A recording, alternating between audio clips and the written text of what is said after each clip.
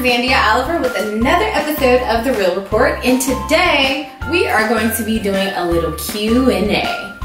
So, you guys have been burning with questions, and of all the questions that I've received, I've chosen some of the most common ones, and I'm going to answer them for you.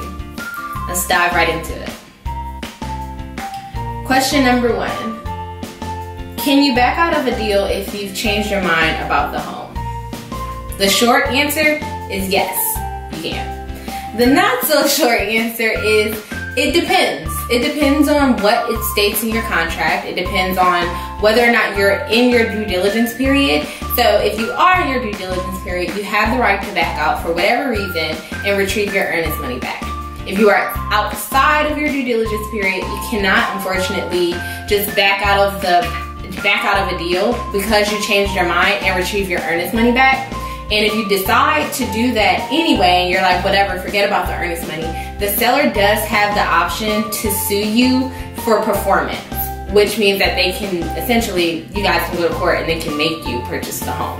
So you definitely don't want to find yourself in that situation. So try not to get cold feet and try not to change your mind at the last minute. It'll be okay. How long does it take to buy a home after you've found the one you want? So after you found the home that you want, you've negotiated all the terms with the seller and you guys are under contract, you guys are binding. It usually takes about 30 to 45 days to close. And sometimes it can take shorter than that, especially if it's a cash transaction. But if you're financing, then you're going to want to go through your due diligence period like normal, and then you also have to have the bank's appraisal. So a lot of times what we're waiting on when we're waiting to close is the appraisal and things from the bank, and then you have to go through underwriting and make sure that everything's fine with the loan. So I would say the short answer is typically 30 to 45 days in today's market at least. And that does not include short sales or foreclosures. That is a much longer process. There's actually, the word short sale or the term short sale is very misleading because they are usually anything but short. Just the FYI. What is a seller's market? Great question. So much like anything else, the real estate market is driven by supply and demand. So when the supply of homes is up and the demand for homes is down, then the prices are typically down. There are a lot of houses to choose from, not so many people buying.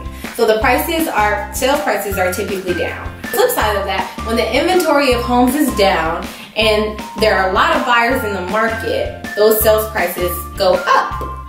That is what you would consider a seller's market. And the short way of describing that is anything less than 6 months worth of inventory on the market would be considered a seller's market. Anything over 6 months worth of inventory on the market would be considered a buyer's market. And anything right around 6 months is kind of a steady market. So right now here in Georgia, overall, we are in a heavy seller's market. However, there are little pockets and little neighborhoods within Atlanta or within Georgia that are buyer's market. So you just want to make sure that your agent is definitely explaining the difference of what market you're in based on your criteria. That's a great question. Always ask your agent what that means. Always ask your agent what that means for you. This is a good one. How do I know if a property is a good deal? That is a very good question, but it's a loaded question because it completely depends on what you consider a good deal. Are you an investor? Are you a first-time home buyer? What do you consider a good deal? So, in essence of time, I am going to reframe that question for a typical buyer in today's market. How do I know that I'm not overpaying for a home? Okay?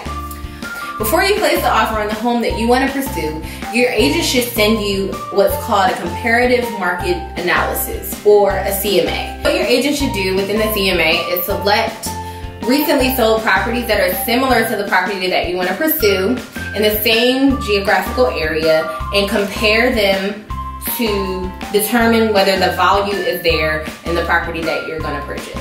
After the CMA is completed and you guys move forward with presenting the offer, and say you go binding, you have to fall back on the appraisal, which is done by a third party of the bank, and they determine the value of whether or not the value that you given sticks or not. You guys came up with some really great questions, and if you yourself have any more questions to ask, feel free to email me those questions at Thezoshoww with 2 W's @gmail.com. Thanks for tuning in to another episode of The Real Report, where you find out what's really going on in real estate. Until next time.